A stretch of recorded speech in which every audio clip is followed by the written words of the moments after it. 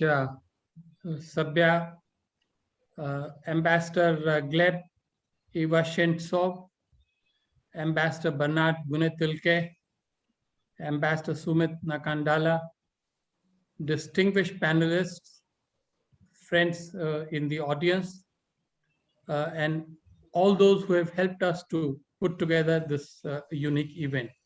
Greetings from Delhi. I'm really delighted that this unique collaboration involving three very prestigious institutions has resulted in this event. And I would like to share with you some of my thoughts on the theme of this dialogue, this conference today.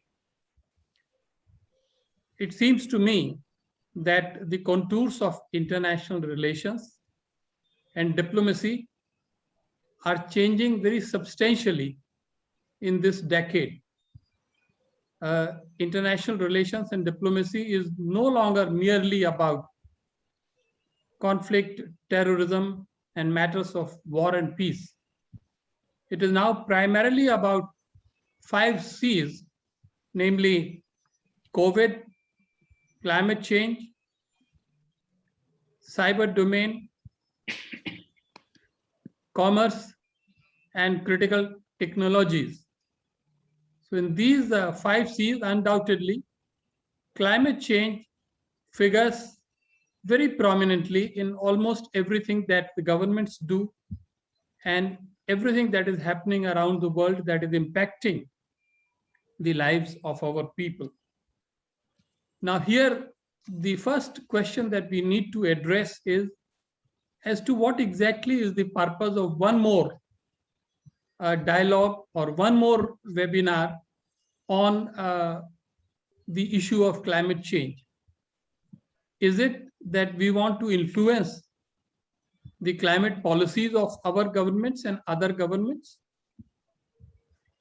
Is it to help people at large to understand the implications and outcomes of what is happening today and how bad things would be if we do not change our behavior?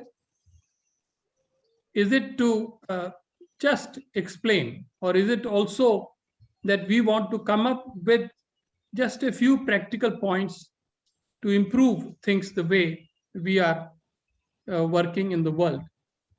My own answer would be that we would have achieved much if we could explain in simple language, in non-technical language, in non-expert kind of medium to our audience, particularly to our young audience, as to what is happening and what needs to be done to save the planet, to save our youth, to save our future. I think that is the fundamental thing that must guide ourselves on this thing. Now, let me assure you, I'm not an expert on climate change, but since it is now an integral part of diplomacy, we all have to learn and master the subject. What comes out very clearly after reading endless reams of paper on climate change, that there is a yawning gap between words and action, and between commitments and deliveries by governments around the world. We are very fast in assuring audiences, peoples, that we would do this, that, and the other. But when the deadlines come, we fall short of them. So in a way, if we just take 2016 as the starting point, after Paris Accord, we really have to notice a very significant milestone, which is that among the G20 countries, India is probably the only country which is right on track to fulfill its targets and its goals and its nationally undertaken commitments. Now, it is in this background, with the change in the government in the US, there is a new movement in the West, the movement is for greater ambition in the field of climate change. Quite justified given the speed with which climate is changing, but that greater ambition cannot apply only to the developing countries at the expense of their development. That ambition has to apply first to the developed countries, which are running far behind in terms of delivery. And therefore, that I think is very significant. We have to remember that. One more significant point, which is that climate change requires suitable climate action, but it also needs, we need to ensure that there is climate justice. And that is the reason why if you want larger sections of populace to support proper objectives and proper goals, then climate justice will need to be ensured. May I also make a brief plug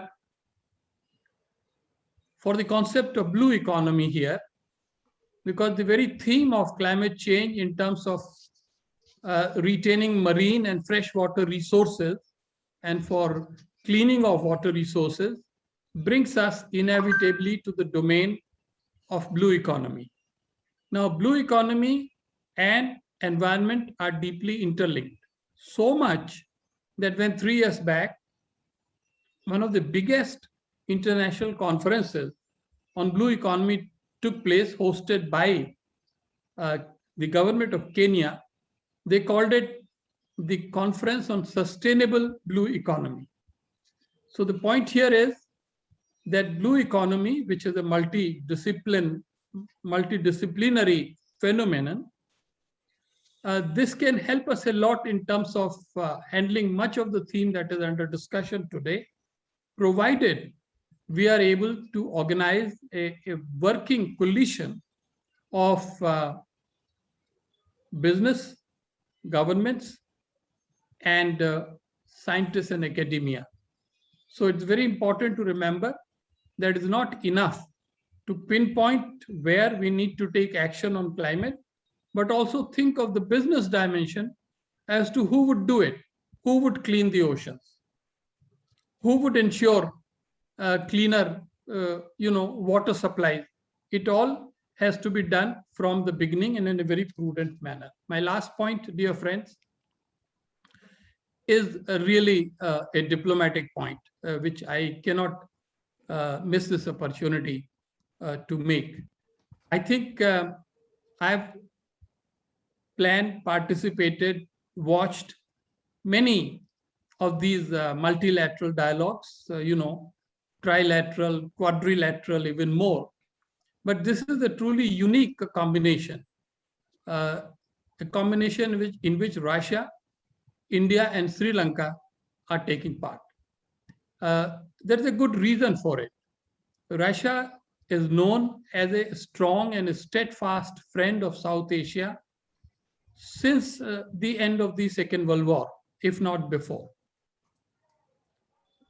I think the Russian institution today participating in this collaboration heralds the beginning of enhanced interest by Russia in South Asian affairs with an international dimension. This is very welcome, and we would very much like to support and encourage this in future.